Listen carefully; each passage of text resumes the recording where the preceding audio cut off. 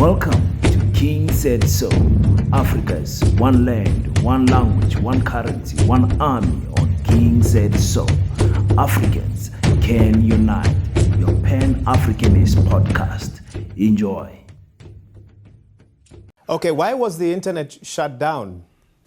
The internet, because internet, when we tried to open also, it created a havoc among small groups of vandalists who are creating problems in the vandalism. So they were using their main communication media was the internet.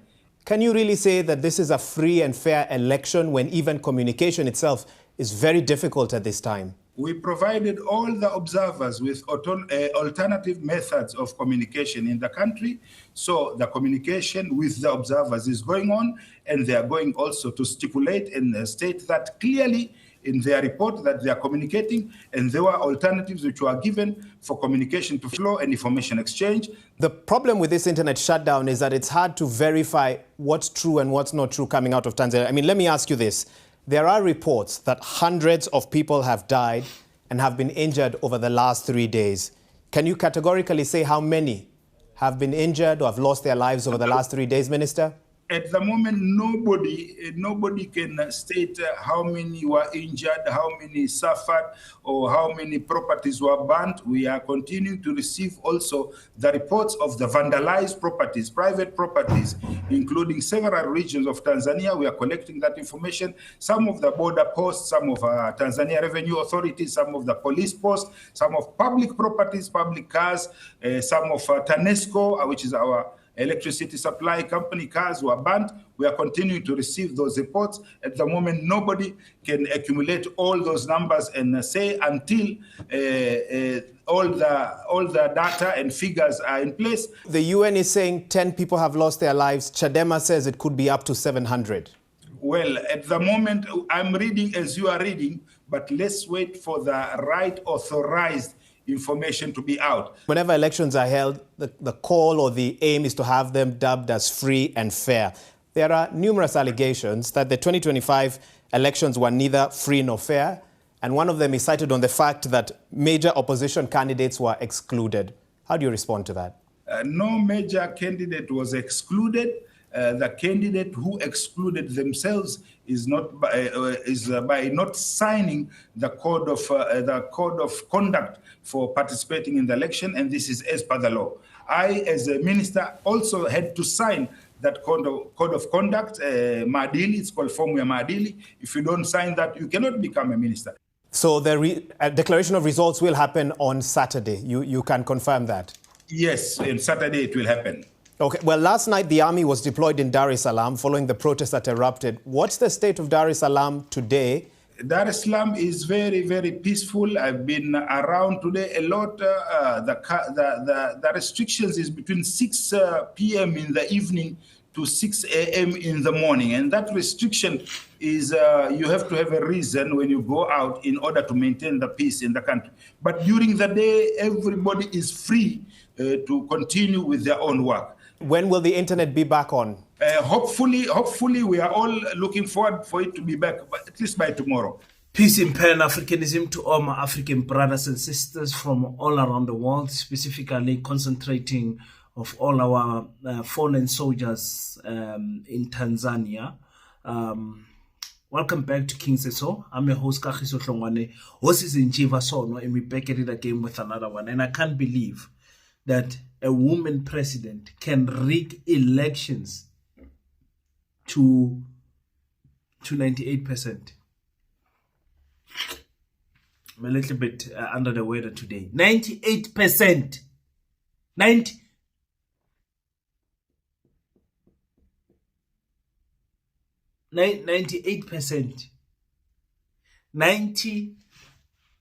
98%.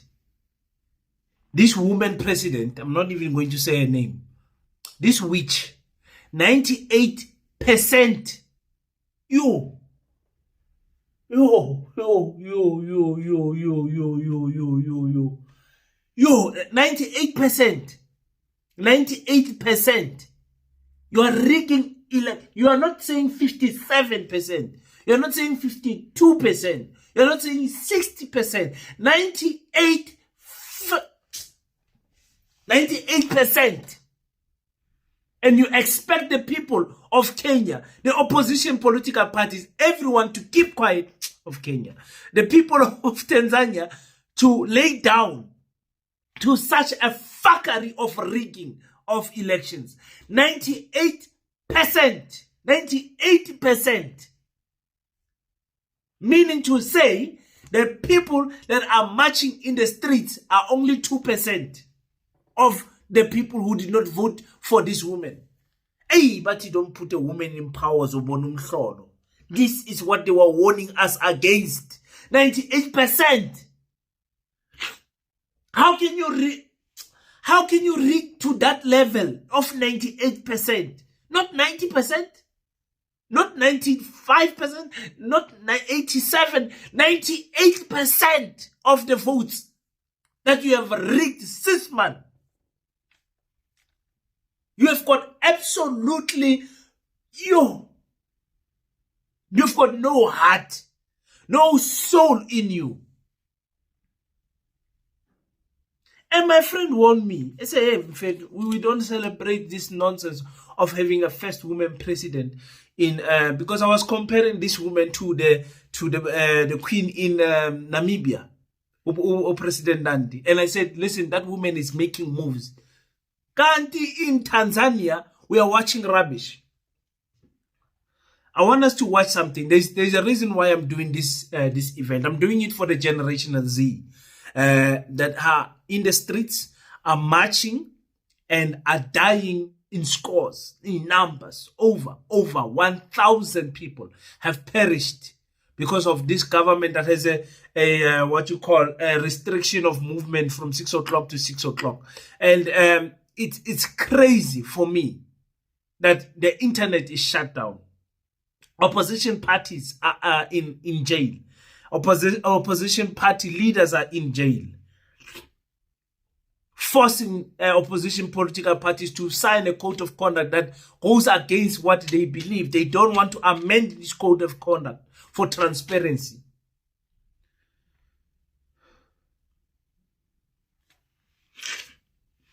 Wrap the number around your head.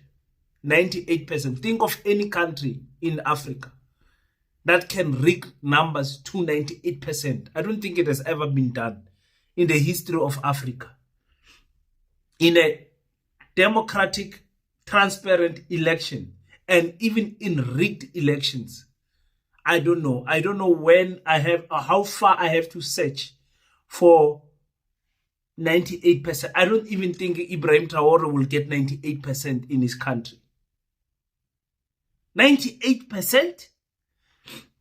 Let me play this video from the young man. Wherever we're gonna die, I don't care. We need our country. We need our country. We need our freedom. We need our freedom in my country. Why are you killing us? We tired of that shit. What the fuck? We tired of that shit. We tired of that shit.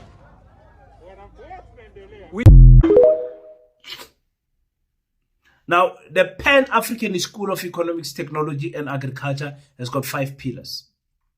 Historical studies, economics, technology, agriculture. The 5th one is the most important one, is military science. How to defend yourself from physical combat to combat using machinery. It's very important. The study of the art of war, the study of military coups in Africa, how they took over our countries, why they won, the study of investment of foreign forces into African coups that took over government, the toughening of the government in the African continent. That study must be in schools, so that mistakes cannot be repeated. Let me tell you something. I am angry at my generation.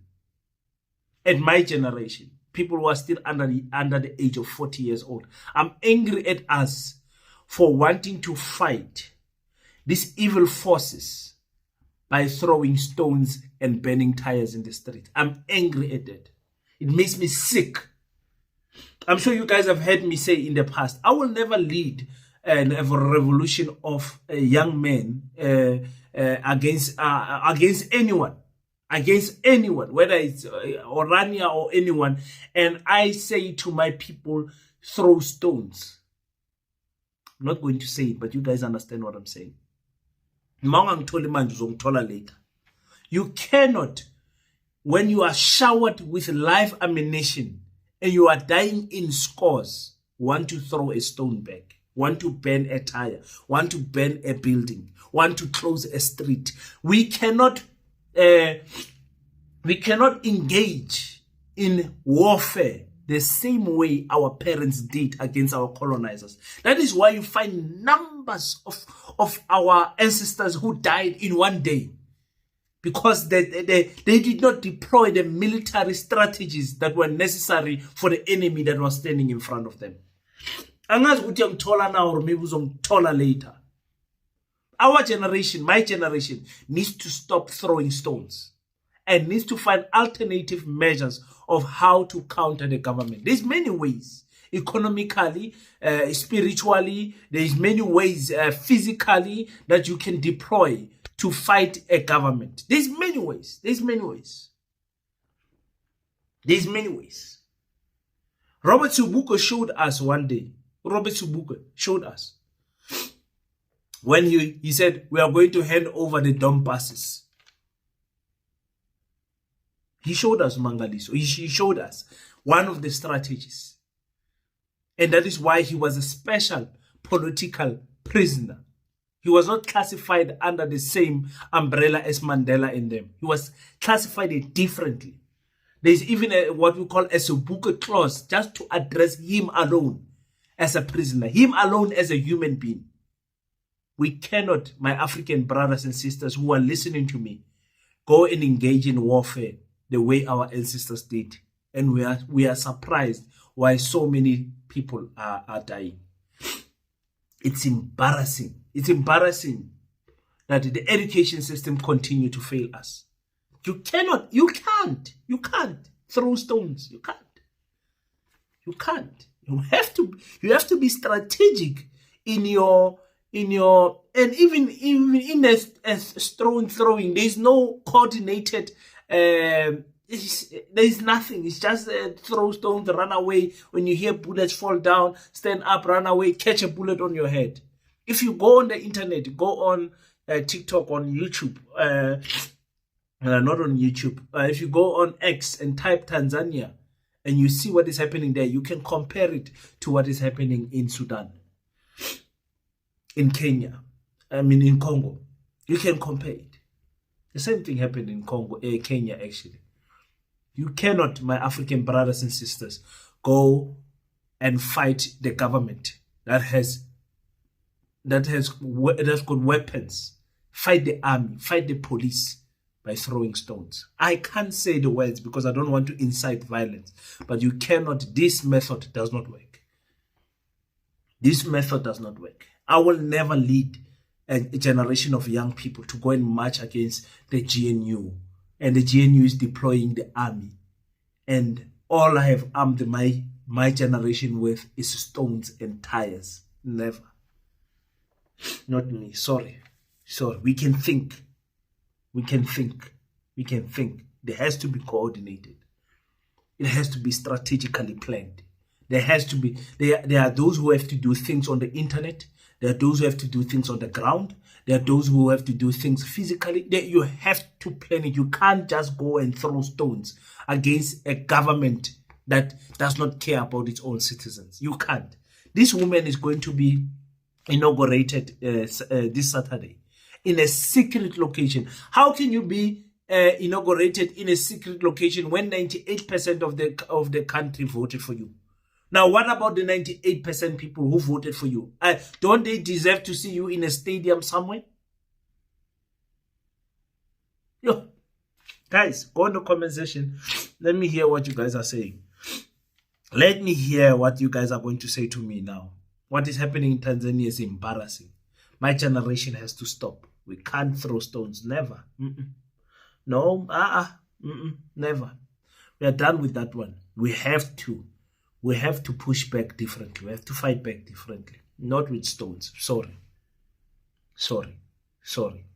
Can't encourage that nonsense that is happening in Kenya, that is happening in Nigeria, that is happening in Sudan, that is happening in Congo, that is happening in Tanzania and many other African countries. I cannot encourage this generation to throw stones as if we are in 1952. Never. Shucks.